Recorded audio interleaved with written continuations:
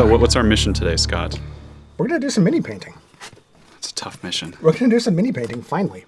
This is something I think we've talked about for a very long time. It's a wonderful thing to do.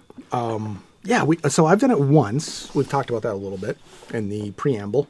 I've done it a handful of times. I mean, I have like a setup from the COVID era. I tried to get more into it, make it like a, as a D&D fan, I was like, well, I guess I should do the mini painting too, because that's what the D&D fans do. Yeah. And I enjoy it.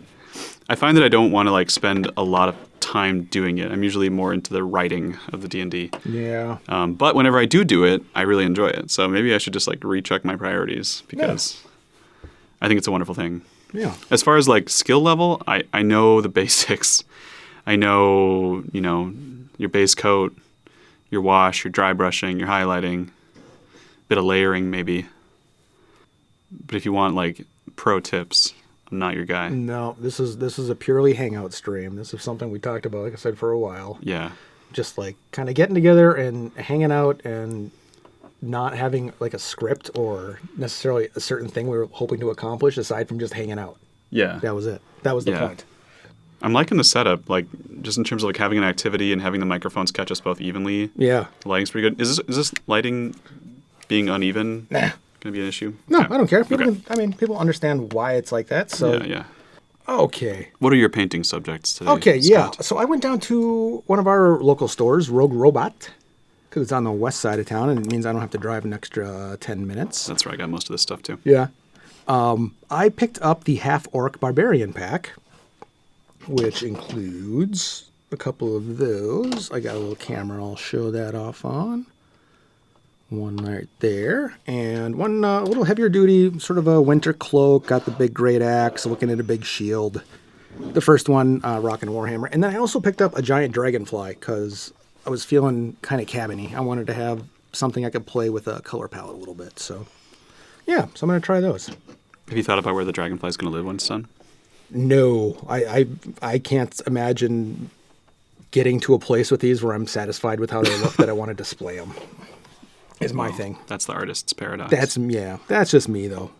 Well, one of the mottos that we have to repeat all the time in my day job, Yeah. and also really just applies to life in general, is that done is better than perfect. Oh yes. I'm going to start with the mimic because the color scheme is more What basic. do you got over there? I've got a mimic. I've got some DM staples here. Some of my favorite monsters from the official stuff. A mimic, treasure chest mimic. Nice. There he is. So that's that looking pretty good. Yeah, you're up there on that computer. Yeah. And then, one of the best monsters in all of D&D, the Flump. The Flump. Courtesy of Teos Abadia. Good-natured, psionic jellyfish creatures from the Underdark. Very much reminds me of which expansion? Burning Crusade from World of Warcraft? Why Burning Crusade? Was that the one that went to the... Outland? Yeah.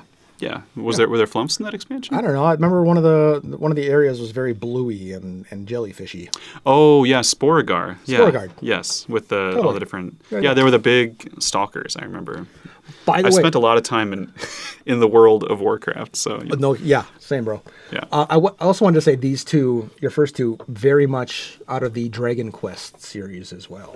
I don't know about the Mimic exactly. It sounds, I'm sure later on, but not in Dragon Quest 1. But I'm getting definitely like slime and babble energy off of that one. Yeah. The Flump is an interesting creature. I don't remember the full specific history, but I know that they were in some of the older editions of D&D, and then Wizards almost took them out. But there's this content creator named Teos Abadia who he's written some stuff, some official stuff, and some fan content, and he does a podcast whose name I'm forgetting right now. Bummer. I can post it on the Discord, so hop on. I always reference, people are always asking, like, what should I read first? I always reference his blog and his podcast because I think they're amazing. He's a really good content creator. And anyway, he stumped for the Flump really hard for 5th edition and got it included in the Monster Manual, basically single-handedly. So we have him to thank for the awesome... And Flumps have since been a fan favorite since the big revival of D&D in the 2010s. You see them in a lot of content now, a lot of books. Do I just start dumping on this? Yeah, you can just squirt some out. Just squirt some out. Pretend it's like a French painter's palette, you know? You prepped it for me. Yeah, it's moist, so it doesn't... Beautiful. It's moist. Stop it. We're going to lose our audience. This is how we separate the wheat from the chaff. I don't know what that means. Something that Wesker says in Resident Evil 5, and it always stuck with me.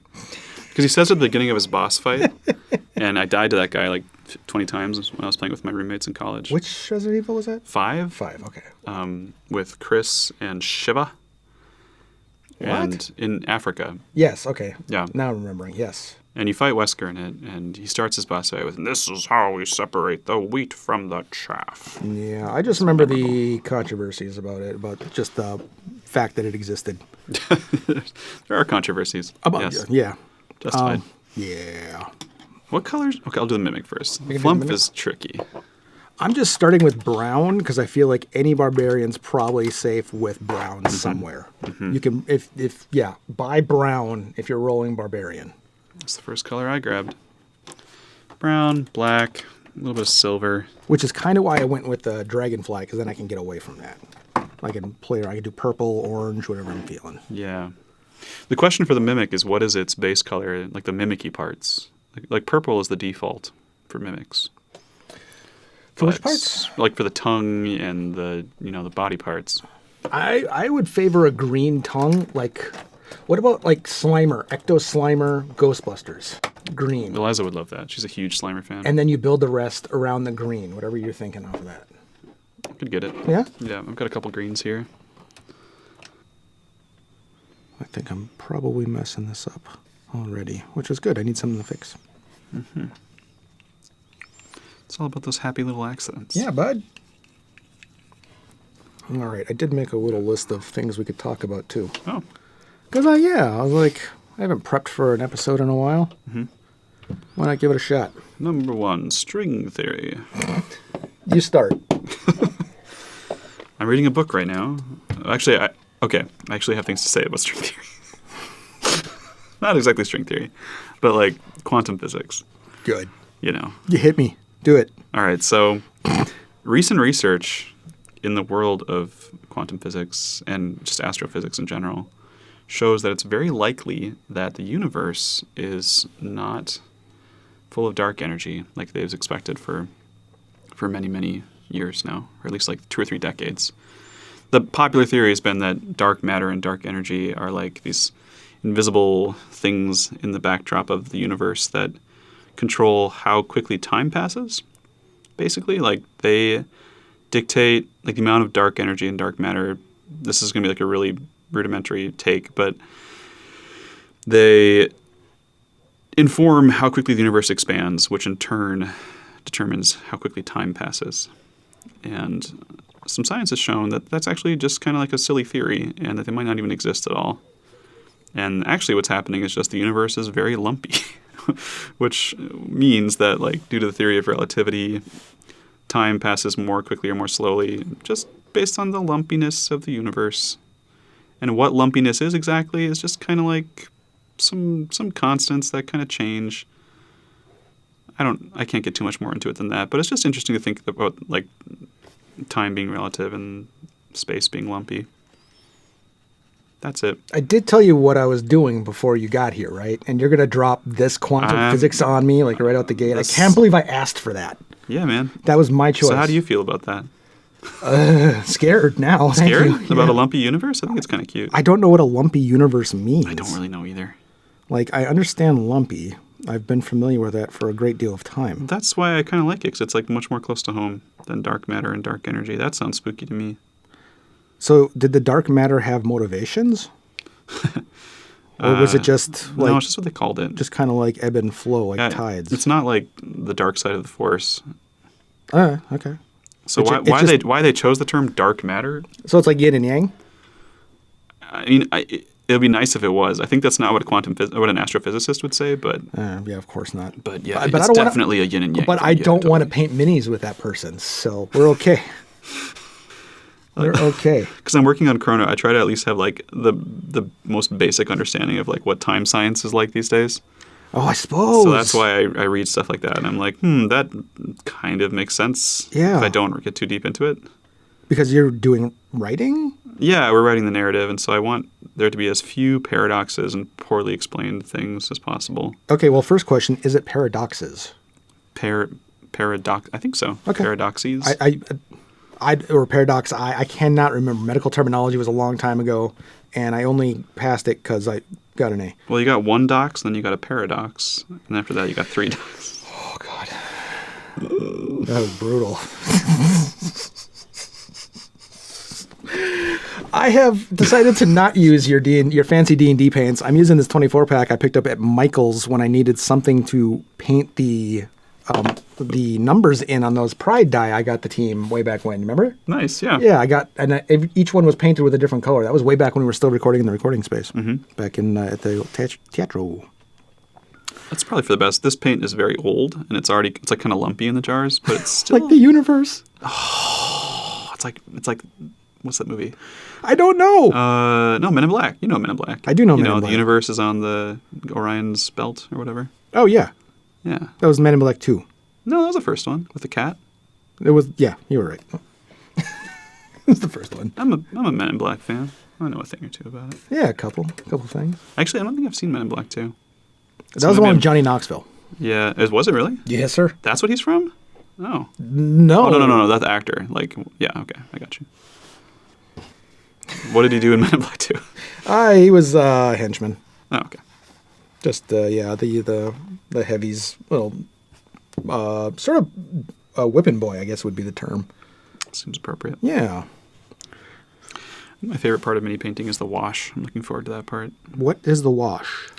The wash is what you do usually, I think, after your base coat is the right time. It's this stuff. It's like a very watery paint. Mm-hmm. And the idea is that you take, you just kind of like slather it onto your painting, and it just fills in all the cracks.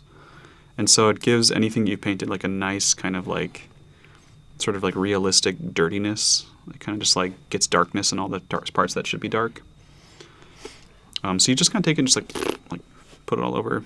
I just realized I was handling this by the most fragile part. And that was silly. Brave man. No, I almost broke it. I'm not brave. I was just being a silly goose. Just being a silly goose.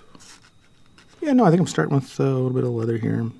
This was how it went for me the first time. Like I was just very delicate, what's going on, and then after 40 minutes, I'm just like slap, slap, slap, slap. I'll put more on. That's how it goes for like real artists too. Well, I understand I run the risk of losing detail by continuing to add more and more material. Anyways, you went down to the cities this weekend. Did. Yeah. Went down to a wedding. Went down to a wedding. Nice. With Angela and the kids. Nice. Saw a bunch of her side of the family. Sweet. We went down to Red Wing, actually, which I've never been to. Can you kind of describe it, where it is? Red Wing is south of Hastings, like southeast of the Twin Cities. Okay, southeast of the Twin Cities. Got it. Not quite La Crosse, but that direction. It's right on the Mississippi. It's got a population of like 16,000. So kind of like Stillwater, but like half the size or smaller. You referenced, a slightly bigger town. So I'm also not familiar Stillwater? with. Do you not know the cities, towns very much? No, I'm basically a Duluth boy. Sure. In fact, yeah, every time I'm down, I didn't start going really down to the cities until GPS got good. Fair enough. That's where I'm at. My grandparents live in White Bear Lake, which is like just north of the cities. Yep. And then my mom moved there eventually too while I was in college. And so I spent more time down there as an adult. Gotcha. So Stillwater is like her favorite place to go to shop. Yeah, so. You and I were both in the cities, or near the cities, or south from here at least, this weekend. And then we both had to drive back up here to this spot to do this. Yeah, so I don't know about you, but I've been like saving my energy. Like I've been just like, actually I've been yelling at my kids a lot today, like in a parental way. I almost lost my voice in the car though, and so I've been trying to like take it easy. Like I felt it starting to go, and I was like, okay, gotta just kind of take it back. Yeah. Because I can't scream at Scott; he'll take it worse. So on the way home today, I made the bright call actually of saying, let's go to IKEA, guys. In the cities? In the like Mall of America area. Did you know there was no Vikings game? So there's like people could go do things during the day. Is that why there were so many people at the Mall of America? Possibly. Yeah, because the Vikings played on Thursday.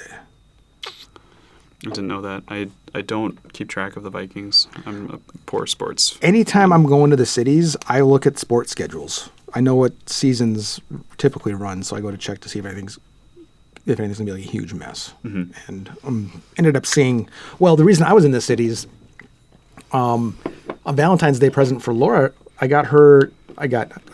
That's bullshit. I got me tickets to Symphony of Seasons, the Stardew Valley orchestral show. So it was a 35-piece orchestra came to the Orpheum and did 2 shows of just Stardew Valley music. What were like I want to know all about it. Like, what were the highlights? What did they do? Did they wear like cute? No, it's outfits? it's an orchestra performing this music that came out of this little 16-bit looking game created by Concerned Ape. I think the Orpheum was probably about 70% full for the matinee. Obviously we weren't there for the second one, but it was fantastic. That's just awesome. If you're into Stardew Valley, if you enjoyed the game, if you're just kind of interested in video game music at all, like anytime you can see something like that, go do it, because you get a chance to hear orchestral music with instruments that are, not necessarily classical. So like the conductor was talking about how much fun he was having because he got to conduct an orchestral banjo, for example, for some of these songs. And when does that ever happen? Was it like a pretty big orchestra, or how? 35 pieces. That's pretty big. Yeah. Giant harp. Cool. It was awesome. And what I forgot was that I had not told Laura that the seats were front row. Which I did because the Orpheum does not have a ton of leg room in their seats. They pack a lot of chairs in there, and your legs are expected to be at 90 degrees. But I'm like, if the seats are available, I love this. I'll look at the screen, and we'll have that extra leg room. Didn't end up happening because they brought up the pit risers, or they just the little wooden thing that separates the pit from the seating was there, which I'd never seen before. So we actually had less room than usual, I think. But we were you're right there. way close, and we got to hear all of the instruments without any amplification. Like all of that monitor stuff was on the side, just the little front ones. Most of it was just all. So it was really nice. Laura ended up having a way better time than she was expecting. Did they play like footage of the game while they were playing? Yep, they got a big screen going, and so they do custom videos. They tell little stories. It was actually kind of touching at the end. There were people definitely crying because a lot of people have a lot of really strong feelings. It was a very wholesome game, and a lot of people leaned into it during real hard times. So. How did it hit you? Oh, definitely nostalgic, but I had to be cool because Laura was there. Had to go to the bathroom and cry in private? No, I would not. No. Absolutely never. No, it was really good. Sounds so good. It was great. Laura got decked out. She wore this red dress I'd only seen pictures of, but oh boy. I got blue jeans, a Twin Portals t-shirt, and like a half, barely middle of the road dress up casual type shirt. Cool. That's actually a little bit warm too. Did you guys hit the town before or after? Or No, so it was a matinee. It was 3 o'clock. Oh, right. So my favorite thing to do in the world now is if I'm going to the cities, I buy parking way in advance. So I pay $7 for a lot that's 2 blocks away instead of $25, and then we just eat somewhere that's on the way because everything's down there. So we went right there, went right to the lot, found some food nearby, went to the show. After that, we hit Uptown. We went down to the Uptown arcade. What was that like? It was great. You ever been there? No, I don't. I've heard of it, but I don't know much about it. It's just an arcade. They check your ID at the door because there's a big old bar. They do pizzas in the back. There's actually believe it or not, a donut vending machine from one of the fancy donut makers. Fantastic. Down there. I'm not really doing a lot of work here. I'm just talking. Let's gray some of this up. I want to know more, Scott. I'll keep going. I'm just trying to get some color in this thing. I've never been to a video game concert, I don't think, and which is silly because I love video game music. Like, it's my main thing that I listen to on Spotify. That may have been my the man of culture. 5th or 6th one, I think. Cool. I went to Video Games Live when it came through the first time. Like, this might have been 2010, 2009, something like that. A long time ago. With Andy Bennett, we went down. Yeah. That was a great time. I saw a bunch of video game music when I was at PAX 2018. I went up to Benaroya Hall, and they had, I think, 2 nights had 3 sets. So I saw some metal. I saw some reggae. I saw a quartet. The Triforce Quartet was playing. Cool. I got to meet them. There's a Twin Cities video game orchestra now. Is there? And they do like a few shows a year, and there's also a video game music con in the springtime in the cities. That one I remember hearing about. Which they play at. And nice. yeah, David was talking about it, and it sounds like it was pretty awesome. Yeah.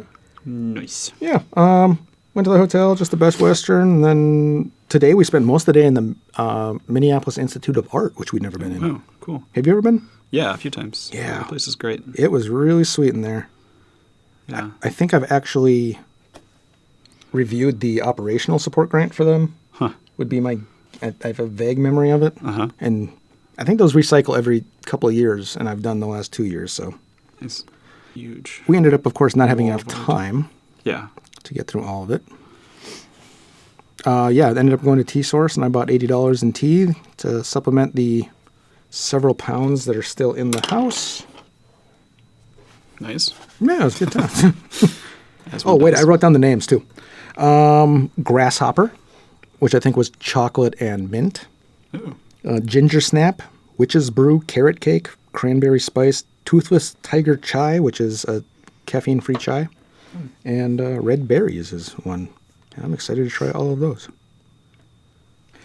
It's got to crash into the cabin a few times. That was a blast. Yeah. How were the nice kids? Did they sleep good that night? Oh, yes. Yeah. Yeah, man, Eliza was like channeling her inner firekeeper. Oh, She was so happy to just be throwing wood in that fire. I remember I had brought all this kindling over to start the fire up, and once you get the fire started, you don't really need the kindling to throw on there. Well, Eliza was determined to clean up every piece of wood in the front of the cabin. Yeah. I just thought I'd watch her to make sure she wasn't peeling driftwood off the front. She may have been. It's the right of every child. I think I did it when I was a kid, It too. was a little sparkly. What's that? Well, just the fire. There was a lot of like tossing small stuff in there. Oh, yeah. Good times. That's what fire's for. Be entertaining. These green paints that I have are a little, I think they're like a little chunky inside the bottle, and it's very, very light green. Lumpy? Yeah, like they aren't, like they've kind of solidified, so they're not like super well, like there's like the water, they've separated, the water and the ink or dark stuff or whatever are kind of. I'm having fun with Mormo. Yes. I'm digging going from a character that's so focused on combat to one that's now I'm almost deliberately going towards the social aspects. Nice. Yeah, it's fun to branch out, isn't it? Yeah. It's the same with this character that I made too. Like. Yeah. The thing I've got going on right now is knowing the DM and trusting the DM. Helps. It does, because there's parts of me that are still like, I want to just do all of the damage. That's it. I just want to do all the damage and win all the game. That's how you. It's still efficient. It's still in me, that part. But it's so much more satisfying at the table having a skill that isn't combat focused that you can maybe turn to work into this situation. And it's just a different way of thinking than I've played for so very long. Yeah. I just read an interview by I want to say it's the Dungeon Dads guys, where they were talking about like what they see as the future of actual play shows. And what they said is they see it as going more towards like leaning on narrative and story and trying to get mechanics out of it, or more basic, and not even like playing like full D&D necessarily, but like they see more shows just trying to like find good improv that's supported by role-playing game systems. That's the trick. Right. Yeah, I mean, because we can all we get cell phones that can run any sort of RPG you want to play right now, so you can have your single player experience anywhere you want. Right. Exactly. It's getting together for a group, and the strength is in saying, I can't do that, but I know you can. That's a beautiful thing. Yeah. Just sort of having, backing up the other people, finding a way to get through. And then occasionally the dice still, hose you. Yeah. But I used to think the worst roll was a 1. Now I know the worst roll is a 2. It's so boring. It's all bad. It's bad and slow and. Ugh. Well, then it's up to the DM, right? Like, how can a 2 be fun? You just gotta fail forward. How can a 2 be fun? What's the way to make a 2 fun? Well, in many of the same ways that a 1 is fun. Just like maybe a little different kind of drama. A minor crit? Or a minor crit fail? Well, it'd be like probably a pretty huge failure, but like Well, I mean, maybe it depends on the check, right? Like if it's like combat versus like a skill check, like if you super fail like a stealth check, maybe like you don't get caught, but like you make a huge noise and alert everyone in the building to a problem, and then there's just like a development. Like a 2 is still a plot development. that's true. Like in an ideal world, in an actual play show. But I'll just to get to my point is that the nature of the crit, the idea of it a 1 or a 20 being something so special, But in reality, it's a 5% chance difference that you'll get a 2. Right. Anyways, I'm sorry. No, I was just going to start like pontificating about how like every dice roll should be important in theory, which I definitely don't succeed at, but it's a nice dream. I don't know. There's fun throwaways. I mean, Right. you get a 6 on perception. That's true. You do have to kind of like ease your way into it. You can't have like everything be bangers. Yeah. Yeah. I mean, the nature of the dice is that it all goes to 10, right? It's 10's the average on those D20s. Just throwing paint on here. I'm going to go for the eyes. I guess I am calling this a base coat.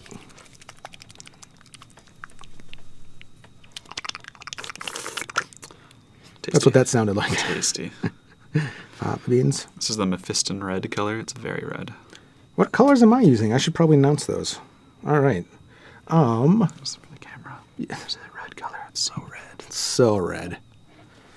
You guys, it's so red. Citadel paints, baby. I think I got 3. I got the 24 pack from Michaels. so much more practical. I was only painting the numbers onto dice. That was it. Yeah. And the rest of it, I was like, because I don't think I picked these things up for 3 more years. This is burnt umber, obviously. Great base color. Such a good color. Great base color, burnt umber. Let me fix my camera. Beep. Here we go. Is that in that frame? That's in the frame. Let's get you back a little bit. Everything's better. Second one is copper. You know what that looks like. And then metallic black is what I threw on for the ground right now. Metallic black. Which I'm kind of digging. Yeah, this is kind of like a little bit of stonework, maybe. This guy's getting kind of spooky with his eyes. I don't know if that's in focus or not. They might like be it on might not be. autofocus. They might Yeah. not be. We're going to get what we get. Today, on the ride home, we listened to the Hades Town soundtrack a lot. Eliza's really into Hades right now. Can you guess why? Would it be because of a video game? Could be because of a video game. Could be because Dad's been playing a lot of Hades 2 around her. Yeah. And she's really into it. She has a lot of questions about the Greek gods. Cool. Yeah, and just like what the heck is going on? Because like the drama in that game is like it's actually like pretty tied to the lore, the original mythology. I've been skipping them for the last 6 days, I think. No, the conversations? All of them, yep. My DM heart is aching. But I get it, man. You gotta smash stuff. You can't like listen to the bickering all the time. I know. It's just when you only. I guess I don't track the characters that hard. I never know which god I'm going to be running into this time, so I don't get emotionally invested in any particular storylines. Right. Makes sense. Even back at home base, I'm just like, okay, you might be here, you might not. You might have something to say, you might not. I honestly don't care anymore. I know they do good gameplay, and I know people talk about the story and all that, but I'm just never going to experience it. I'm just going to go through and do the choppy until I get bored, and then I'm going to move on to something else. Yeah, I think for me, like Eliza's been asking so many questions about them that like I have to be on top of it a little bit, Yeah, that makes sense. It's like we went to the library and got like a book about Greek myths. And, she's like really excited to see like totally different experience. Yeah, you're playing it and having an experience for someone else. Teach her about it. Yeah. Me, I'm just like, I want to unlock all the prophecies. I want to advance. I need to get 4 more pieces of iron so I can unlock this next thing. That's my goal. Yeah. I've been pretty gatekept by the silver in the first zone for some reason in Erebus. But anyway, so like I've been trying to like give her this like multimedia experience where like, you're playing Hades, we're reading a book about the myths, we're listening to Hades Town, and I think it's like she's like getting it. And after like weeks of it, she's like, okay, there's Hades and Persephone and Orpheus and Eurydice, and Hermes is the messenger, and he guides the spirits down into the underworld. That's about it. She's still pretty rusty on like all the other gods and whatever is going on with all them, but She gets those guys. Nice. And so Hadestown is coming to the deck next spring. The touring show. And Urinetown is not. That's something else. Are you just saying they both have town in the name? Yeah. Yeah. And yeah. I think they really want to. They're actually doing Urinetown at the Playhouse, I think. No, I think it's at Or Zeitgeist? Renegade, yeah. Yeah, okay. Teatro. Anyways, I'm adding titanium white because there's nothing whiter than titanium. Or That's what they say. is titanium white? I mean, like in real life? Yeah. It's like a silvery color, I think. Do I have white? I have metallic I've white. got a white if you need one. No, I'm fine with it. It's a color thing now. Yeah. Like it's a color fight. Oh, it is just slightly bluer. Okay, that makes more sense. Love it. Okay, I got to put that one back now so I don't get confused. That's the one I'm using. I don't want to mix those up though. I'm so excited to use this mini. That's looking good, I bud. just love mimics. They're so goofy. They're scary. They're kind of scary. The Mimic was the last monster we fought at the cabin. Do you remember that? Cabin. We did a campaign. That the casino heist? Yeah, Yeah, that was at the cabin. it was at the cabin. I Remember was going to bring up that encounter. Yeah, that was the biggest mimic fight I've ever done. I remember that one. Sweet. It's memorable. Yeah, because I didn't have to read any dialogue. Yeah, true. Just felt the emotions. Kind of a throwdown.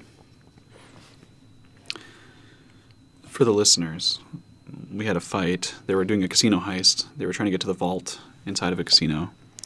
And Which campaign was this? this was the Skywild campaign. Skywild. I that's believe correct. it was. Yes, that sounds right. Yeah, it was.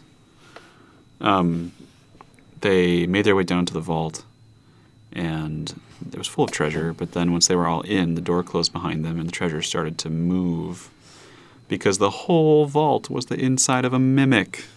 Baby, some vault mimic. And so they had to fight the walls around them. Very reminiscent of Final Fantasy II? Is that a thing that No, happens? Final Fantasy IV, technically. I played it when it was 2. Is there an encounter like that in the game? Yeah, it's not a mimic, but you fight this wall, and it's a thing where if you don't take the wall down in a certain amount of time, it pushes you off the edge, and so it's just instant kill. Is it the demon wall? Yeah, it might be the demon wall I'm It's the thinking of. demon wall. It's not the Phantom Train, because that's in 6. Yeah. Everyone knows that. The only reason I know the demon wall, I played 4, but I don't remember it that well. But the new Magic the Gathering set, the Final Fantasy set that came out this spring, the Demon Wall was one of my most played cards in No that kidding. set. Because I played a demon deck. That's awesome. And yeah, it was a pretty good card. It was uncommon. But now, so it pushed you off the battlefield? It did, well, the way the map was when you encountered it was like you were right on a ledge, and then it was a door you opened up, and you're in combat now. And so the wall would just sort of move from the left to the right side of the screen. That's cool. And this was kind of unusual. Like, there wasn't a lot of indications of enemy movement in a battle screen, you know? Yeah, right. Except for like front row, back row type stuff. Extremely unusual. Yeah. So to have one then advance, and if it got to you, you knew it would, you take 99 damage, max damage, get instant killed.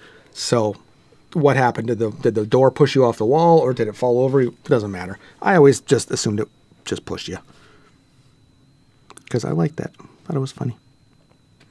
That's cool. That was the same one with Palom and Porom. Is that the one with the Onion Knights? Or is that...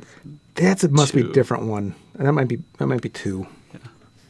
Yeah. There's so many of them, especially with job classes I didn't get into. The only one would be like Final Fantasy Tactics. Did you ever play 12? Did play 12. If it wasn't online. It was 11 and 14 were the online Yeah, one, right? 12 was the one in Ivalice with the Sky Pirates. Yeah, that was the one that had the Gambit system? Yes. We talked about this one. Love the Gambit we system. both love the Gambit system. Yep. I just want everyone in the world to know about the Gambit system. I want it to get more traction in the gaming industry. It's so good. If you're listening and you're like, is this all they're going to talk about? Yes. That's what this stream's going to be. Should we just talk about Gambit system for the rest of the... Not Gambit system, but we can do other things. I was done with Gambit System. I just wanted to say I liked it, and Yeah. I probably didn't get nearly the mileage you did. I imagine you I honestly, hog. actually no. Like I, I like the idea of it, but like It's like that game is extremely long. Basically, it's like a 200-hour game or something, and I've gotten maybe like 30 to 50 hours into it, and been like, wow, this is a really long game. I don't think I'm going to finish it. But I've started it probably like 8 times. Seriously, I've like this is one of those ones where it's like I've got to. This is me and Unfinished loop in my head, and this I've got to is beat me this and game. every From Software title. It was me and Sekiro for like 4 years until this fall I finally beat it. I got to brag about it. Keep doing it, bud. Sekiro is an awesome game. I recommend it to everyone. Once if you can make it click. It took me 4 years of uninstalling and reinstalling it, but once you get there, it's honestly like I get What a it. pitch! It's like people on this or Sekiro subreddit, which I joined because I was like, I want to hear what other people are saying about this game. They're The most neutral class of people to ask about Sekiro. I know. Well, it's an interesting subreddit, but like the vast majority are like, this is like my comfort game, which is like such kind of a weird thing to say for a game that's like so brutally difficult and punishing.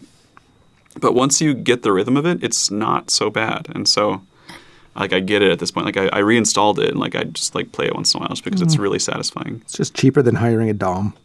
It's not like honestly. There's a boss fight at the end of the first act of Sekiro that is tough. It's No kidding. well, hear me out. You're making an excellent point on that one.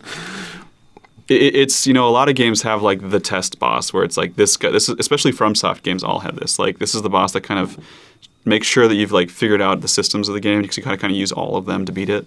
You know. So the test boss, where does is the test boss before you leave the training area? Or is the test boss before you fight the final boss of the game? No, it's usually like after the first like big level. Okay. Or like the first like big challenge of the game. Like not the tutorial, but like. Tutorial plus? Like Super Mario World would be like the first castle. You know, like the fair first, enough. yeah, the first like real boss that you fight. That's I not a get you. tutorial boss. That's the last time people compare those two games. I don't know. Anyway, this guy Genichiro is his name. It's like one of my favorite boss fights of all time. It's so satisfying once you beat him, but like it's really tough to do so. But once you beat him, like the rest of the game is just like you can do the rest of it, no problem. You get it at that point. I did reach a point with that when I played Ninja Gaiden on the Xbox. That game was hard too. Yeah. That was probably. This is kind of one of we have a few points of conflicts, and game difficulty is one of those, at least in preference for wanting to play them, you know. But Ninja Gaiden did it for you? The Xbox one? Well, I don't know if I just had more patience or just more like that was the time where I wanted to beat the From Software title. Sure. You know, I wanted like in to your have life, it. that was the time? Yeah, that was when I wanted to do that. Yeah. And I did it. I don't remember if I can't say I cleared all the difficulties and yada yada and did all that, but I played it way more than I would normally play a difficult game. Sure. Is what I was getting at. Yeah. All right. It's probably about time for a wash. I'm going to let this guy sit for a bit and just do a base coat on the flump quick. I'm going to make him a pink flump. Nice. Good delightful. call. Yeah, I think I'm going to go to the Dragonfly after this. I've got all this. Well, no, I'm going to use all the same colors probably, so I might as well do the other barb. These are like the D&D paints, and they all have like monster names. They do. I noticed that. Fire Newt Orange, Troll Skin, Won't you turn me into a Lich newt? Skin. Is there a flump color? Beholder Purple, Purple Worm, Cambion Crimson. All right. Interesting. What's going on with you, paintbrush? Are you saying you eventually get worn? Glistening Blood. Is this a wash? That's a weird sentence to say. Glistening Blood. Do I wash myself with you? Is this a wash? Did I like to clean with this? It's Halloween time, baby. Add detail with this? All right. Yeah, maybe I'll let you sit for a bit and decide what I want to do here. Maybe I put put my paintbrush right directly into the paint. How about like a dark green? What if this was a dark green focused barbarian? Let's think about that for a hot sec. What would have dark green for D&D? Hill Giant's head. That's a good answer. I know. What do we got here? This one is called Hooker's Green. This one is called Sap Green. So, if I were a hill giant, I would probably want to have the darker green. I think. Because that would make me feel more hill giant-y. Identify with it. They do, strongly. yeah. Well, it's a lush hill where this one's from. Or was from. Well, I guess maybe he just got shaved. It's an orc barber. I mean, I don't want to, commit to a skinning situation here. No. So I'm going to just say that this hill giant hair is magical and wants to adhere to itself. So it's got a little bit, it seems almost magnetic. But really the stuff is basically like Velcro and it's just impossible to get off. That's the story. That's what we're going with. So, half-orc barb, big, poofy cloak, could be anything. I almost naturally assumed it was going to be some sort of brown or dark or animal or fur or yada, yada, yada. But no, this is hill giant hair. Reminds me of one of my favorite riddles that I remember since I was a kid, which is, like, if you go into a town, you really need a haircut, but there are 2 barbers in town. You go to the first one, and his shop is just filthy. There's just hair all over the counters, and you can't even get through the door. It's garbage, just really poorly maintained. The guy's rude, doesn't give you the time of day. So you leave. You go to the other barber shop in town, and it's pristine, clean. The guy's there. He's ready for you. He's like, "Hey, I'll give you a haircut right now." Everybody in town recommends the first guy. Why? Because he's the one that does the better job, right? The guy whose shop is going to be filthy. It's because he's doing all the business in town. So if you have a barbarian who's wearing a cloak made of hill giant hair, maybe that's just his way of showing that busy guy. He's hustling. It's like a walking advertisement, yeah. He's hustling. I don't know. He's a barbarian. It's right there. Yeah, that hurt. That did not like that. Wow. That was rude. Probably my best pun of the night. We'll see. I'm so sad. Alrighty. How is Chrono going? It's Chrono CCG. Chrono CCG. Chrono CCG. Chrono collectible card game. Thank you. How's it going? How's development going? It's going, man. You're having a time? Yeah, there's so much to do. Yeah. Always. Game development is a lot of work, it turns out. Anything you can talk about? Yeah, so we're in we're calling it pre-alpha right now. But essentially the game works. We have a client that features a ranked ladder and draft mode, 2 different draft modes. You can do there's tournaments. So the full game client. When you say game client, it's the executable? Or? Yeah, you can download an EXE. It has a launcher. We're getting it set up on Epic and Steam right now. Sweet. We have a mobile app. I can show you on my phone after this. You can launch Chrono. We don't have a mobile UI set up yet, but you can play the game. It's pretty sweet, on mobile. Dude. It's pretty exciting. It feels very real. Is there a temptation to stop and it's oh God, thank God, no, it's finally real? Or is it just to stop and just run away or what? Yeah, or are you just enjoying it, or do you got to power forward and I feel happy. I did not know what I was getting into a year and a half ago when I messaged this guy being let's make a spiritual successor to this game. And I was I can help with the writing. And then I started taking on more and more of it. And now I'm project manager and also Swiss Army knife guy. So it's kind of what happened with me with Twin Portals, except you got better LinkedIn credits out of it. I don't know. I mean, they're both pretty special to me at this point. What is that piece? But yeah, the next big steps are getting it to a something we can monetize and making sure that people are able to enjoy it, you know, and so like marketing it and we're gonna have like a closed beta next where we give out like early access codes and start like selling early access to people who really want to check it out, and we'll start like hosting tournaments and kind of doing like a soft launch that way, and then eventually it'll be a free to play game. Do you think you'll be bringing it to some of your cons that you like? Yeah. So we're planning to go to GDC next spring, probably. No kidding. Yeah. I should probably get my ticket for that now. It's not too late.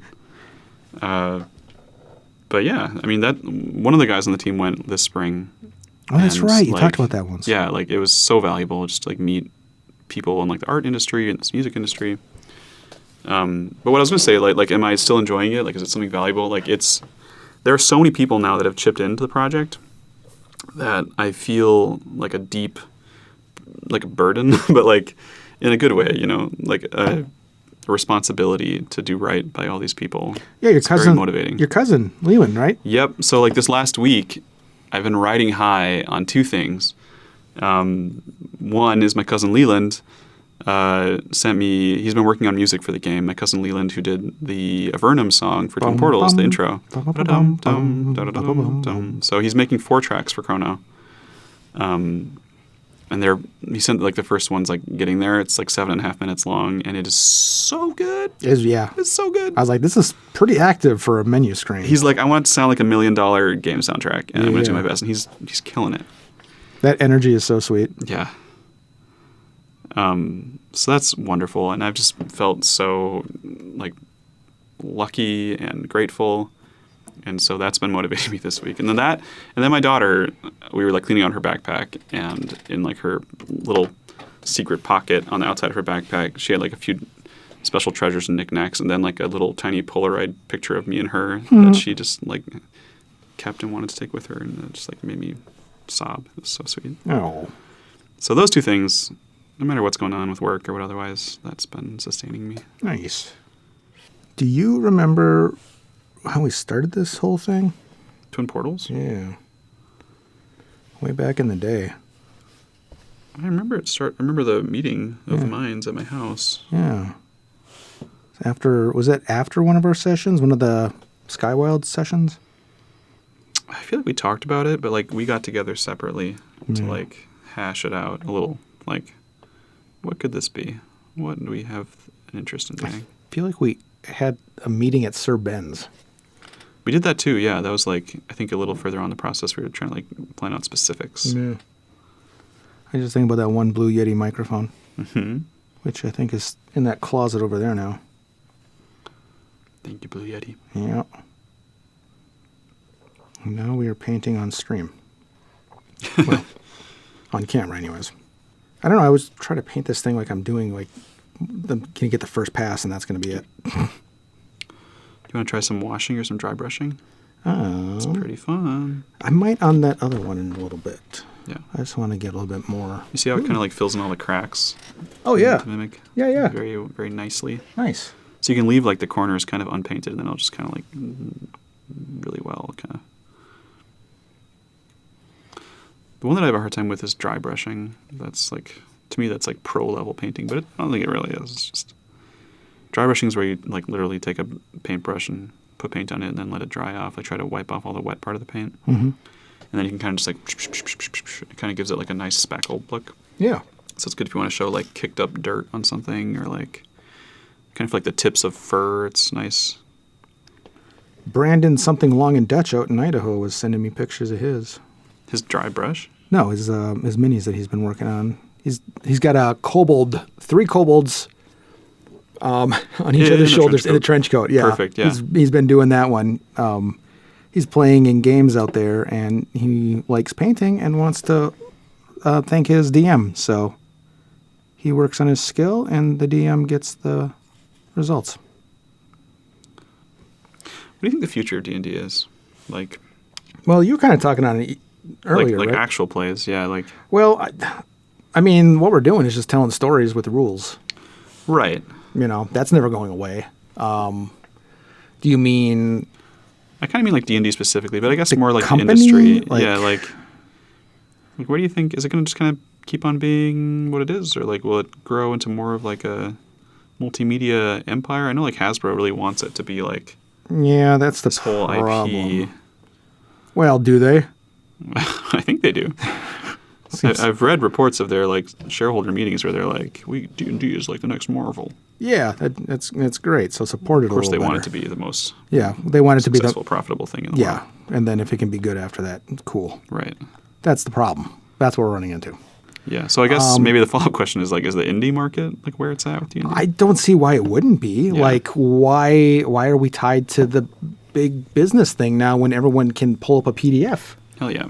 You know, when everyone can make a UI. It's just a matter of making a good product then that people want to play and have a good time with, right? Yep. And if you can do that, then it's not going to matter nearly as much. If you can not have it, be centered around $50 books, that's a good thing because that's better for accessibility.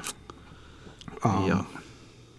So, yeah, I think the future of D&D is calling it the future of tabletop and not calling it the future of D&D anymore. Mm-hmm.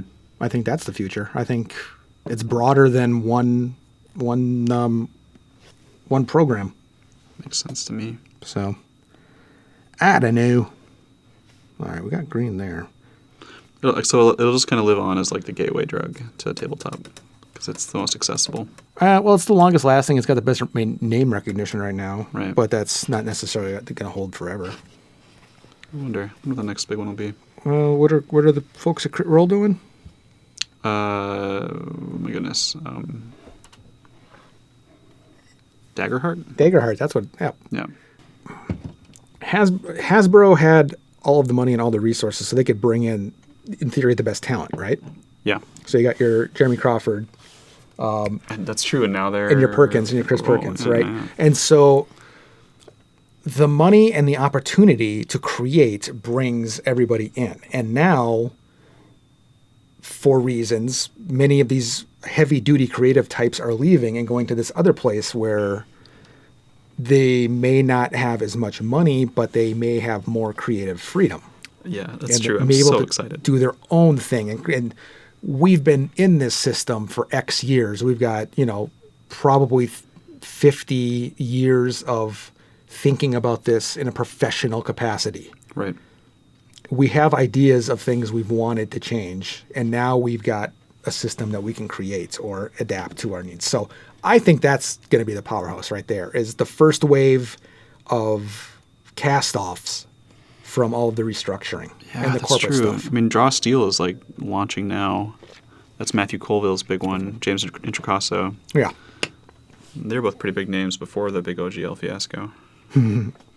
So that's where that's at least that's most interesting to me. Like, just give me something I can get passionate about, essentially, is it. So, and the less BS around it, the better. And it hasn't been the case as much. It's not feeling that way. I will say I haven't like dove into the new like 5.5e stuff too much, aside from the Monsters Manual. Yeah. Like there's like been a few different source books that have come out. And I don't know, like I don't feel a strong need to. Like it kind of feels like kind of rehashing what I already did with 5th edition. So like, do I need to get the updated version of how dragons work? I don't know. Maybe. I can't see me replacing those books. Right. Especially with a system that is designed to work with those books. Like, you're not even changing things, enough, Exactly. All right. Okay, what's this wash thing you're talking about? Well, as you can see, it just kind of fills in all the cracks in your mini. So as long as you haven't painted it super thick with the acrylic. Too late. I mean, if there's like even a little bit of texturing left on it, then it'll fill in any of those bare paint areas or other cracks. So is this just like watery paint, but still adhesive? Yeah, pretty much. Yep. I understand that. The nice part is that it just kind of does all the work for you because it just like, by the nature of water, it fills in all the cracks. I kind of feel like I was kind of doing that already. Yeah, I mean. Take a look at, it started kind of with a watery mix to begin with. Yeah. Once you wash this, though, it'll just pop, I tell you. Oh, I like the metallic. It's cool. Just a little bit of bronze in there for, I don't know. Yeah. It was there. Maybe it was an accident. Well, if you want to use one of these two, it's brown right. and black. I recommend either one. I will. I'll try a little bit of something. How do I do this now? Just same thing? Yeah, I do it right out of the bottle. Just Right out it's of the easier bottle. than trying to like put it on a palette. Fair enough. Just gonna blow up in my face. It's like water, so.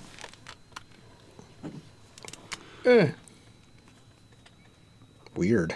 Okay. I've never opened up anything like that before. Where's my big wash brush? Here we go.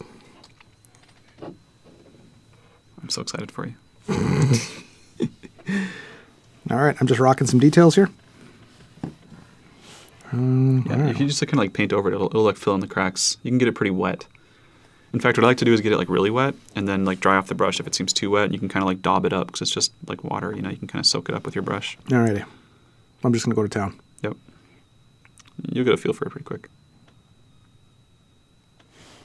Get in the cracks. Hit. Like Beavis and Butthead over here. Yeah. I'm a child of that age, so I can drop right into it. I never watched that show, but I saw a commercial for it today. Oh, it was Dumb in the Great Ways. Yeah. It's still on the air. New episodes. That's not still on the air. Hmm. That's something else at that point. True. The mummified or revived corpse of Beavis and Butthead. Yeah. What's his name? Yeah, was that Mike Judge? He's making some money off that because they did the King of the Hill on Hulu too. I was wondering if they're related. Oh yeah, Mike Judge did both those. In fact, Hank Hill started as a character on Beavis and Butthead. He was the neighbor who was always mad because the boys were. I believe he described it as whacking it in his tool shed. Nice. Yeah. So that's where Hank Hill came from. I'm going to try a little dry brushing, see if I can remember how to do this. All right. There might be something to this wet thing. Right? It's cool. I mean, it looks cool. There's no detail work. Like, everything is the same, but it's a cool same. If it's getting to be like too much, then yeah, dry off your brush and just soak it up. Well, no, my work on the like the backpack and things like that. It's all just one color, so I just need to make a decision. Sure. But That's like after the wash typically. Yeah. If you want to like do highlights. But it looks way cooler like that now. At IKEA today, we bought an easel for Eliza. Oh, nice. Her artwork standing up. She's Nice. pretty stoked about it. That's pretty sweet. Yeah. Speaking of art. Yeah. Oh, I bet you this is going to look like ass. I'm going to use lemon yellow on some of this dragonfly, as well as metallic purple. Actually, I didn't know it was metallic. Now I'm cool. Now I'm happy. Mm-hmm. Let's rock and roll. Oh, wait, I already dropped you. Okay. You can move yours closer, too, if you need. No worries. I'm just going to try to get the focus just right. Yeah. Oh, it's on autofocus, so don't trust it ever. Yeah, that's a little better. There's a reason why I went away from webcams. I hated those videos. You don't like the webcams? Oh my God, I hated those videos so much. I mean, it was better than nothing, and we needed that to get to here, but dude, I also knew it was not how I wanted us to look. Right. Well, it's still a battle, like with the dice cameras during live shows, trying to get those to focus just right. Yeah. Yeah. Man, getting that live show done was such a huge relief. Yeah. Yeah, like it sort of started turning things around for me a little bit. I don't know what happened. I had a lot of stress built up about that live show, though, because when it was finished, whew. Things like majorly changed. That's good. No. Ended up like, I don't know if it was that. There was like a lot of things happened at once, and it sort of ended up making me reevaluate some things, and I actually started to kind of go through this little journey between the ears, you know? Do you feel like you're still on that journey? Oh, yeah. Yeah. Yeah, no, this was... yeah, dude. Yeah. Tell me more. God, yeah, it honestly started like not right after the live show, but like a week after the live show. Laura and I celebrate our anniversary weekend. The way we do it is we say our anniversary is September, and we just pick a day or pick a weekend, and we decide that's when we're going to celebrate. Yeah. So we don't fixate on any one day, you know. Yeah. So our tradition is to go down to the Minnesota Renaissance Festival. And so we get a hotel room and drive down and make a whole day of it. Yeah, but we ended up having, conversations on the way down. And between that, there were some other things going on. I ended some business negotiations I was in the middle of, Right, yeah, which were causing me like a lot of stress. Yeah, totally. I made the choice to not work for essentially like a big state business thing, which would have helped me professionally. It would have paid for a lot of new gear that would have been real fancy, but I would have been probably miserable and have been really bad for my mental health. And so I made the choice to not sell out my mental health for money. And Respect. yeah, that felt real nice. Granted, I had the opportunity to make that choice. Like, I'm in an okay situation, so not everyone has that luxury. I understand that 100%. Yeah, and then getting the episode edited, like that was the first time I'd done that. If you think about it, with all this gear. Which gear was new on it? 2 more cameras plus the I suppose the cameras. Yeah. That's the part, yeah. Plus the new location. Yeah. Plus the new cast. Right. All that stuff. Like there were so many things, and all that was just building up. So, no, it ended up, being pretty good. So Laura is quite happy with the results. I am too.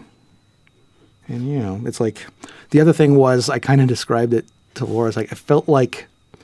I had this like Theoden moment when Sermon's spell gets lifted. When I kind of realized for a hot second, like I'm not going back to that hospital. Yeah. The cloud of my last job kind of like lifted for some reason. I don't understand it. And it's just like I could now see the world with fresh eyes again. And wonderful. You'd actually have to talk to Laura to kind of get the full hit of it. It's all kind of coming in waves right now. So, but yeah, it's been an interesting month or two. So that's why when you may have been surprised and was like, yeah, let's cancel this one. Yeah, let's cancel that recording too. Let's do it like with 4 days left to go. Sure. No, I'm just I appreciate it. Yeah, whatever. Well, I had to cancel first because I wasn't ready. But yeah, just kind of taking things a little bit easier. Yeah, I find it hits me like in waves. Like I'll be like really stressed for like a week or two at a time, and then like pretty good for a whole week, and then kind of like repeats.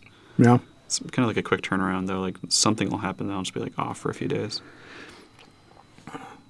I think being busy makes it harder to get distracted like that. I think I allowed myself to just focus on the negative things so much. Sure. I allowed that to have more control over my emotions than I should have. Like I'd live in a moment longer than was necessary. So almost like using that, just like kind of feeding off of it. So I can't say I understand all of it. Wouldn't it be nice if we did? Yeah. I just know today is better than yesterday. Are you playing any like chill, cozy games these days? Or not so much? I had a whole section I want to talk to you about video games. I haven't like talked video games with people in a long time, feels like. Yeah, well, I feel like, I don't know, from what I've seen on Discord, like you've kind of bounced around games a little bit and not been like super deep into stuff lately. Because I keep track of my friends' video game habits. That's the kind of life I lead. When you're not busy with other things. I just, I don't get out of the house much. I think I turned off that saving or that sharing. Didn't I? Are you stalking me even harder? Good for you. Probably, yeah. I've been tracking your IP. I love you, bud. You're impressive. Traffic. All right.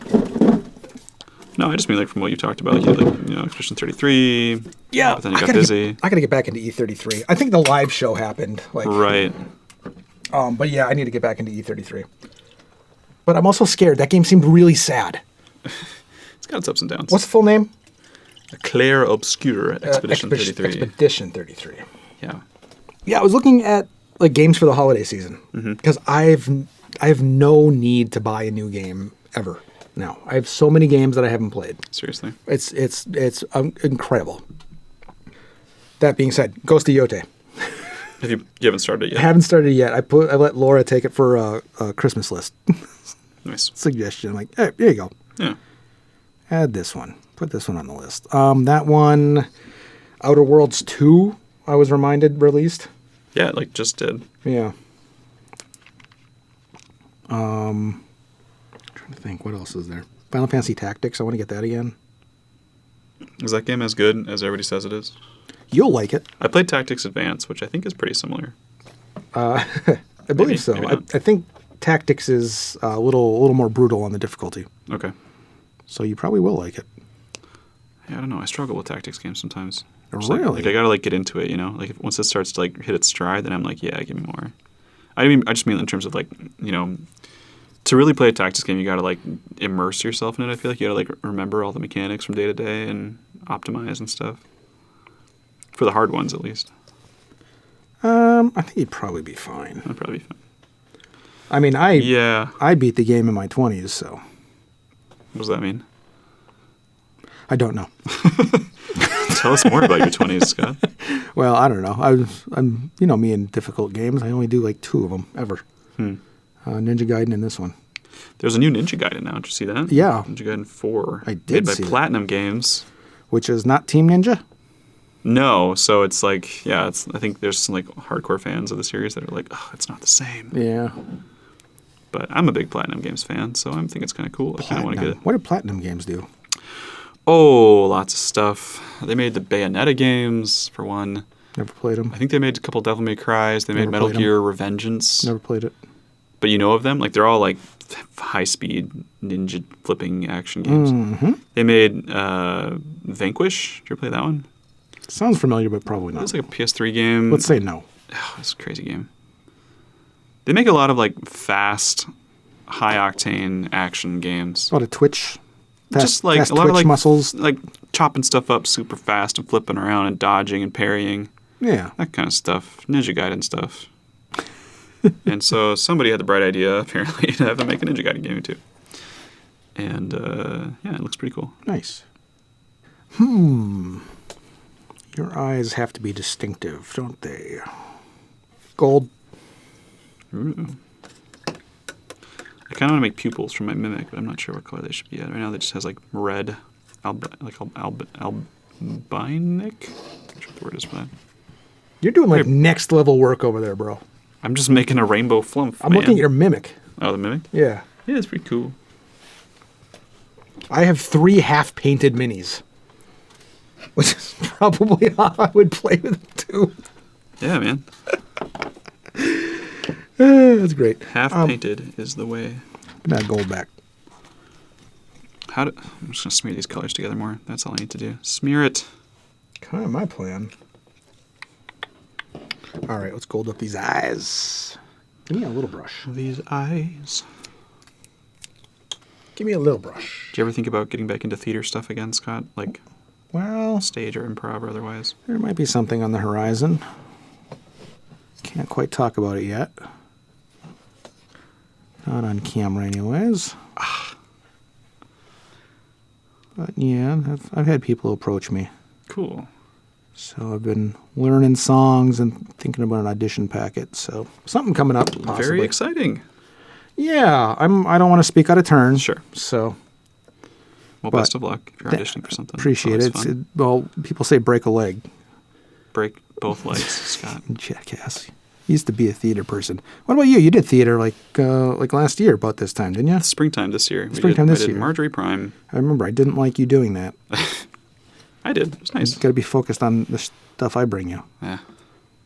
Well, that was like the lowest commitment theater thing I've ever done. Yeah? It was, it was like a month of rehearsal for everyone, and I missed the first half of it because we had a trip.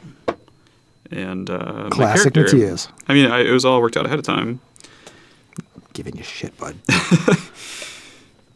I'm not the stage manager. I don't care if Yeah, you're there. that's great. I mean, the Renegade folks were super understanding, and it was awesome to do a show with those people, with Anika, and I haven't worked with her since were great. Bug 2011, I think. Did a lot of weird shows at Renegade and with Anika. Yeah. The first one I did with her was actually my first straight show at Renegade. The first one was Dink Tank, which was sketch comedy. And then Pillow? Pillow Man, yeah. With Martin McDonough's Pillow Man. And if you don't know those words, Martin McDonough, there's a messed up twist at the end. Whatever he's writing, there's a messed up twist at the end. Didn't he do like all like the Inishmore, Yep. Inishman? Yep. He did Lieutenant of Inishmore and the Beauty Queen of Lannan. There's at least one more. Probably. The Cripple of Inishman, I think it was called. Yeah, I tapped out at that point. I did 3 shows. I'm like, okay, that's it. I'm done being sad now. Yeah. Lieutenant of Inishmore, when we did that at Renegade, that was awesome. We played with blood cannons a lot. Was it a very bloody show? Or just like in specific moments? In specific moments. Yeah. We got to play with blood cannons. We gutted out the back of like a chair that had like a big back on it and put PVC piping through it so that we could shoot blood up to the ceiling. Because at the end of the scene... Up to the ceiling? Yeah. Well, up. And it just happened the ceiling was there. It stopped the blood from going further up in the air. Sure. At the end of the show, the blocking we had a character shooting downward into another character from behind the chair, and then for some reason the force blew the blood upwards, which was great because they get on the actress's face all over the place and created a great scene, and he got to have the gunshot sound effect again, and that's always fun. Was that Kyle or someone else? Kyle. Kyle was in that. Kyle, yep. Friend of the show, Kyle McMillan. Yeah. He was in there. He had one scene as a guy being tortured. Oh, okay. That's what I've heard about. Yeah. He was just wearing pants. He was shirtless. Nothing there. And one of the characters was threatening to torture him by cutting off his nipple. Oh, lovely. Yeah. But yeah, he was hanging upside down. And this was not the Pillow Man, to be clear. No, this was Lieutenant of Inishmore. Yeah. The character doing the torturing was the lieutenant. Gotcha. And then Beauty Queen of Lannan's about elder abuse. So, good times. The Cripple of Inishman, I think, was more of just like that. Me and Angela saw that one on Broadway. We were like, let's go see a Martin McDonough show. Maybe you've heard of it, Broadway. Broadway, when we used to do things.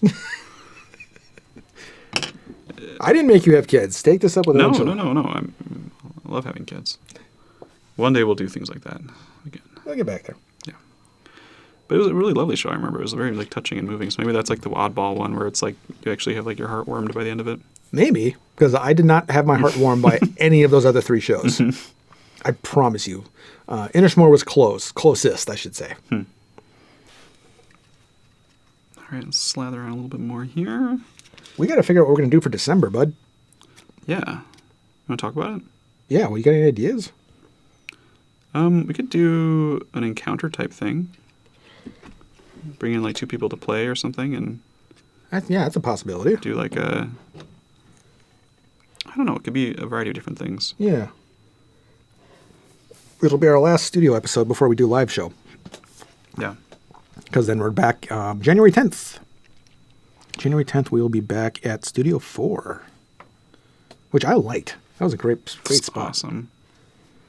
It was very helpful getting in there early so I could set up. And I think... The ballet folks are really nice. What's that? Yeah. Yeah. It was Katie and Isaac, I believe. Just do black, maybe. Keep it simple. I love how much stuff you have. Like, because all that's, especially that thing, the mini holder. It's junk. Definitely jealous of that thing. You want to use it? No, I'm good right now. Let's not mix it up. Let's keep it going. Okay. Yeah, the January show, now that we've had one episode in there and we kind of got some feedback on like sound and light and stuff like that, I think we're going to come back in there. It's great. I'm pretty excited. I know John's probably got a fistful of notes he can apply. Yeah, one thing I've been putting off is like kicking off this West Marches style thing on the Discord. Yeah.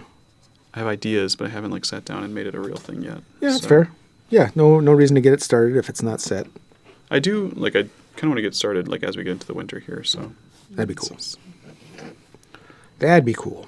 See if I can get some more of that.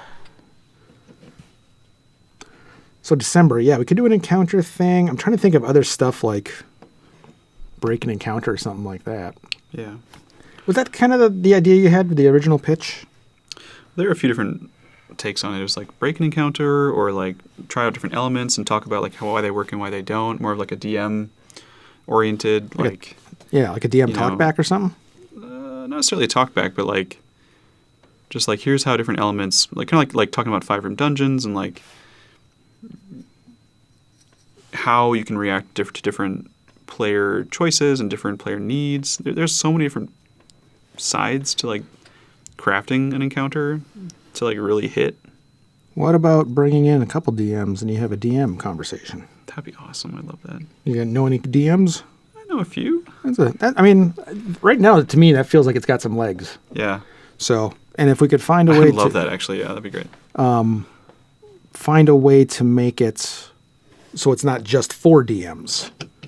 You know, it can't, you know, it's a DM perspective, but also make it for a wider audience too. Things that players may not have thought of, or ways that people can incorporate this into work that they're doing, their own creative stuff. Like, I'm just trying to think. I like the idea of like DMs talking about it, but I'd also like to see if we can go more with it.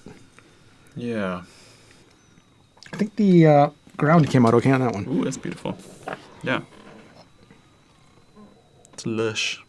Did you wash on it yet? No. You gonna? That's probably. You saying there's room to improve? Well, like in those like cracks, I can see like that'd be like a nice spot for some brown. Fine. Sorry. Critical feedback. Give me the brown.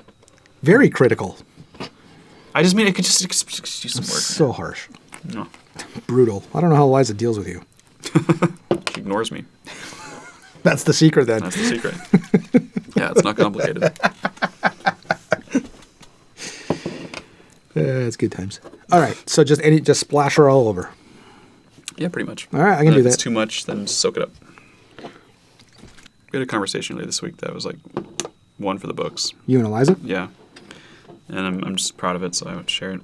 But she, we were driving in the car, and she's acting all confident. She's like, Dad, ask me any question about anything, and I'll answer it. I know everything. It's like, okay. So, Eliza, what does it mean to be a good person?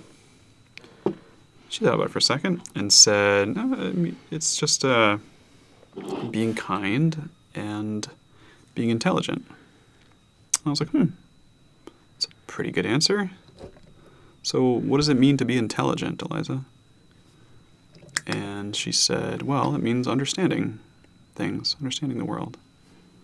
And I was like, oh, that's a pretty good answer too. And then we talked about like what kinds of intelligence there are, because there's like, you know, it's like knowing things, but also like there's emotional intelligence, you know, like understanding people, and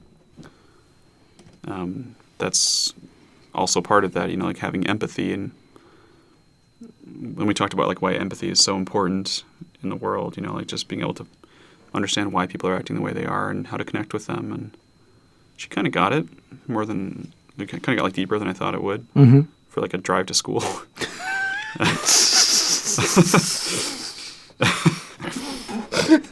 And when we got to school, just dropping these truth bombs on her. Hey, we got a red light, so let's talk about the meaning of life. Basically, that's how it goes. Catch them when they don't expect it, you know. Yeah, I guess. And eventually, she got out of the car and she's like, "Dad, I hope you have a day full of empathy." I was like, "Oh man, that's like the sweetest thing anybody's ever said to me." I'm like, thank you. Well, I got high and played Hades 2. Hell yeah. I played so much Hades 2 the last few weeks, man. It's too much. I had one of those nights where, like, you look at the clock and you're like, oh, damn, it's actually 1:30. I gotta go to bed. Time flies. Did you ever read the Redwall books growing up? I did not. Okay. If it was made of paper, I probably didn't read it. Oh. You were just like, meh. I had Nintendo, dude. That explains it. I didn't have a Nintendo for a while. I had Nintendo, and I'm not even going to say when. It's so long ago. Yeah, no, I was a video game boy. Books took too long, too much work. Sure. Just wasn't my jam. Plus, the Red Fern Grows made me cry. Yeah, I remember having to read that for we had like a book challenge in elementary school. Yeah. And that was one of the required books. Yep, that'll teach them. Everybody read it and was like, wow, that was really awful. Let me just read that. That was basically the experience. Well, I feel very sad, and I don't like that. Now people are going to see me being sad, and they're going to laugh at me for being sad. And that informed my next 30 years. we had to figure out in Chrono. We have a bunch of dog cards in Chrono. They're called the boofs. There's a boof in each syndicate. And the sound design is tricky because we wanted it to be like boofing a thing. Shh. Oh, yes, it is. Pretty sure. Yeah. Anyways. Yeah, we might change the name. Sound designing. So you're trying to sound design a boof. Yeah, we're trying to figure out because they have to have their on play sound where it's like, look, a happy dog or whatever. Then when they die, you have to have a dying dog sound too, and so we don't want it to be traumatizing. No. So we've had to be careful with how we approach the boofs. You ever played Warhammer or any of those tabletop strategy games? No. Always liked the stuff. In fact, right across the other side of the room, I have my board game Battle Masters, as well as Hero Quest. Mm-hmm. Both of those. Battle Masters is this big, tarp. Probably a good chunk of this table, and then all of these very Warhammer-looking figures going all around. So that was my first experience with it. Cool. Love it. It all seems extremely intimidating. The stuff I saw at ExcaliburCon I was just like, oh my... That giant room? Yeah. So seriously. That was the first time I'd ever been in a room like that. Ooh, really? I mean, it was my first big con, yeah. I've been to a variety of kind of smaller, non nerd cons. Mm-hmm. But yeah, it was my first big tabletop tournament I've ever seen. And it was pretty breathtaking, to be honest. Did you watch the tourney? I mean, I drifted through and saw what was going on from time to time. I went in and watched, or just kind of checked out the stuff as they were setting up. It was the detail work. It was the minis. It was the scenes, the castles, the deserts, all the stuff. I'm just like, oh. Yeah. That's when I see passion like that. That's what I want. I want to have passion for something like that intently. And I just feel like I don't have whatever that is right now. There's nothing that I'm... You do. You're just not giving yourself enough credit. I mean, what's all this? I don't know. I don't know, bud. I'm just rolling. Right now I'm just painting a mini. Yeah. Painting a mini and drinking a cloudy liquid. I mean, there's passion in that. Whether or not it's fiery passion or passion fruit. I don't know. It's going to hopefully be a different back half of the year, so we'll see what happens. Yeah. See what happens. Maybe get another cabin run in. I did get tickets to 2DCon Unplugged. Nice. Which I've told you about many times. Yeah, what time of year is that? That's January 30th. Okay. Maybe I should go to that too this year. I'm going to be more involved in ExcaliburCon this year, so I feel like I have to up my con knowledge and attend more of them. 2DCon Unplugged was the first one in the cities that Laura and I went to together. 2DCon has been a big gaming convention for a while. And, growing, I should say. It started small and it's continuing to grow. And at some point they branched off and did a tabletop-only version in the winter. Their main con's in August. So in winter, they take over the Doubletree Bloomington, the same venue they use for the Prime one, but they just do Unplugged, so it's just their board games. So they bring out 1,000 board games from their library and set up all of these tables in this big open poolside area is what it's called, so... it's just they cap the number of tickets at 600, so you don't get overwhelmed with people. Wow. And you have to pre-register. They don't sell them at the gate. So we end up going down and getting a hotel room and just bouncing, going to tabletop, hanging out in the pool, hot tub, chill out in the room for a while, get some food, and then repeat the cycle. Mm-hmm. Ends up being a great time. Mm-hmm. Our favorite and most dangerous part of this con is... It's called the Board Game Replay Shop. And what happens is people bring in their gently used, all pieces included board games from their home collections, put a reasonable price on it, and then set it up. And some people will offer to watch that and sell it. And if someone buys it, the shop takes a small piece of it for the con, and then you get your money back for that board game. And so it's a constant rummage sale of board games over 3 days. People bringing in new ones over and over and over again. I was really impressed by ExcaliburCon. I was lightly involved in it this year. That it was my first time on the committee, and I got to see how they planned it and saw it all come together, and it was very exciting and cool to see. Yeah. And I helped out with parts of it, but I wasn't like super keyed into everything. You know, I kind of tried to like stay somewhat distant and just like help out with stuff that I knew I could definitely help with. But this year I'm going to try to like take on more of a leadership role in that. And so it'll be interesting to be more involved in like the tabletop side of the convention. Yeah. Yeah. Any plans you can announce? Probably not. Not yet. Yeah. Maybe soon. Maybe like by December. Nice. But yeah. Nice. I do know a little bit about some of the programming that's coming up, and it's going to be pretty exciting. That's all I can say about that, though. Nice. Yeah, I don't know my schedule just yet. It's kind of depend on that potential theater thing. So that will change my August. Yeah. If I end up getting involved in theater, one plan will happen. If I don't, another plan will happen. Classic theater schedule. Classic theater schedule. So Beth's putting together an interesting episode for next month. Mm-hmm. We'd originally talked music stuff, since she's got such a strong background there. But decided on a different direction.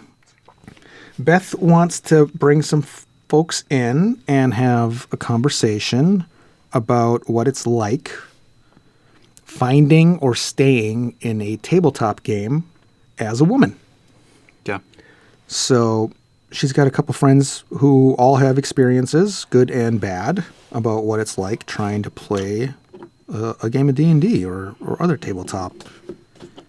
Trying to find games at shops, things like that, their experiences like that. So I think it should be interesting. I expect to learn a lot. Yeah. It's always nice to have like personal stories told. Yeah. Just like as a general thing too. It's always good to tune into. I think that's kind of important on this one too. We'll see what we end up getting. Where? What was I using for that? Oh no. Oh no, I'm lost. Oh no. Yeah, one of the things that when I was first like getting into painting and I was like, oh my gosh, I gotta like read everything to figure out what I'm doing. So many things said like keep a notebook with you and write down all the colors you use so you can like replicate it later if you want to. And I was like, whatever, I can remember.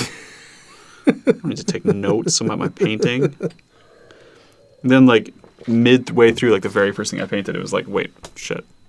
What am I doing here? Well, when I learned that I could just paint more paint over the paint, right, it got easier. That's true. Well, I think the pupils were definitely a good call. This is way cuter now. Way cuter with pupils. Little pupils. They're cute. You can see it in the paint. Oh yeah, I see it. Nice. That is a nice touch. I especially like that they're off center in the same direction. Yeah. So you constantly have to have them looking. I'm looking over the right. Mm-hmm. It's a little whimsical. Do you have any like tabletop role-playing game, like I don't know, unmet needs or like story types, tropes that you'd like to explore at some point? Stuff that you've kind of like always been curious about, whether it's like like broadly like sci-fi or like mechs or Pokemon or like. Honestly, just here's like low-key slice of life. My problem is I'm interested in all those things sound fun, but I feel like I'm unwilling to commit time or energy to learning new things.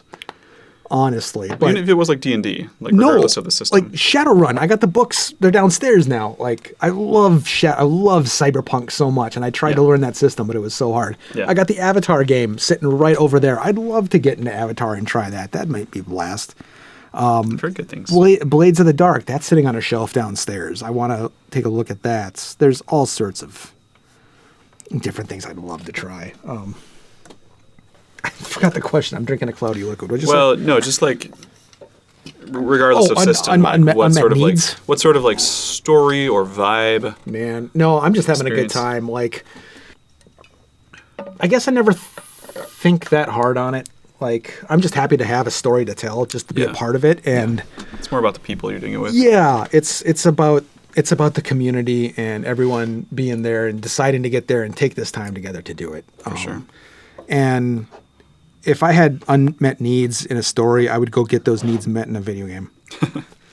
honestly, because then I could do it at my time, at my pace, and I could pick the story. Yeah. So that's where I keep my sanity on that. I'm too old to be doing this late, by the way. Can we do this at sunup next time? We could. Want to try that next time? Yeah, 5 Yeah, me a.m. too. Yeah.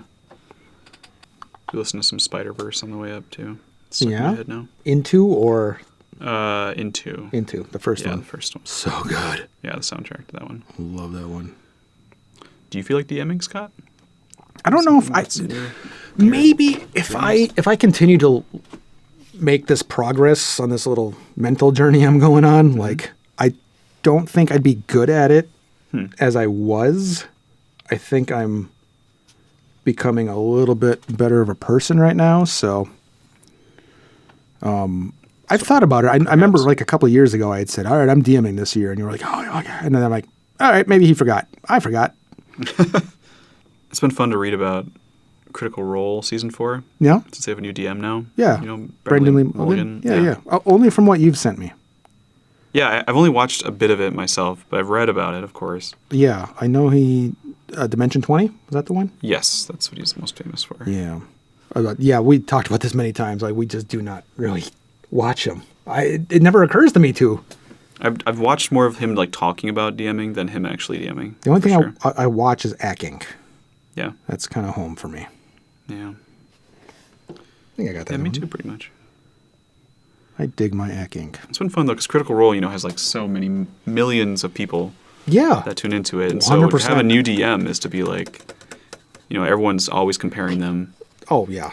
And it's what I've seen has been pretty positive so far. Like they have different styles and methods, and people are supportive. Brennan Mulligan and Matthew Mercer. Matt Mercer, yeah.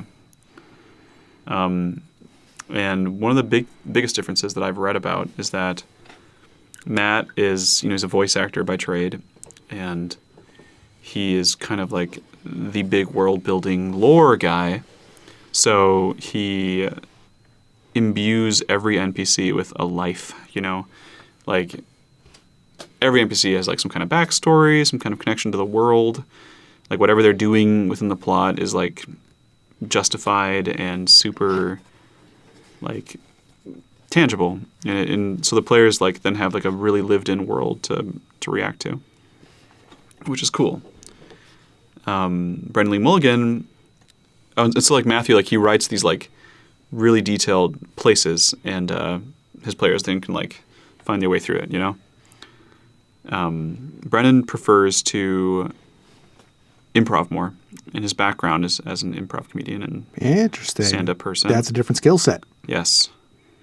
And so the way he preps is less like building the whole world in excruciating detail like Matt Mercer does, and more plotting out like tentpole moments, like maybe 3 to 5 things that he wants to happen faux show, and then kind of letting the players experiment and crafting the world around their choices and their characters as they go. Yeah. As long as those tentpole things still fire off. All right. I read that Critical Role had their first character death in Season 4. Really? Right. But, they have like 15 player characters or something, so... We had one and it was traumatizing. They planned for it, yeah. Because it's like West Marches style-ish what they're doing, and so character death is part of that. I think this blue silver looks quite nice. I'm a fan. I don't know if I'm actually going to get any of these finished tonight. Yeah, do you have like a point where you want to say like we're going to let them dry and sit for a bit? I don't know. We've been recording for 2.5 hours. 2.5? Are you serious?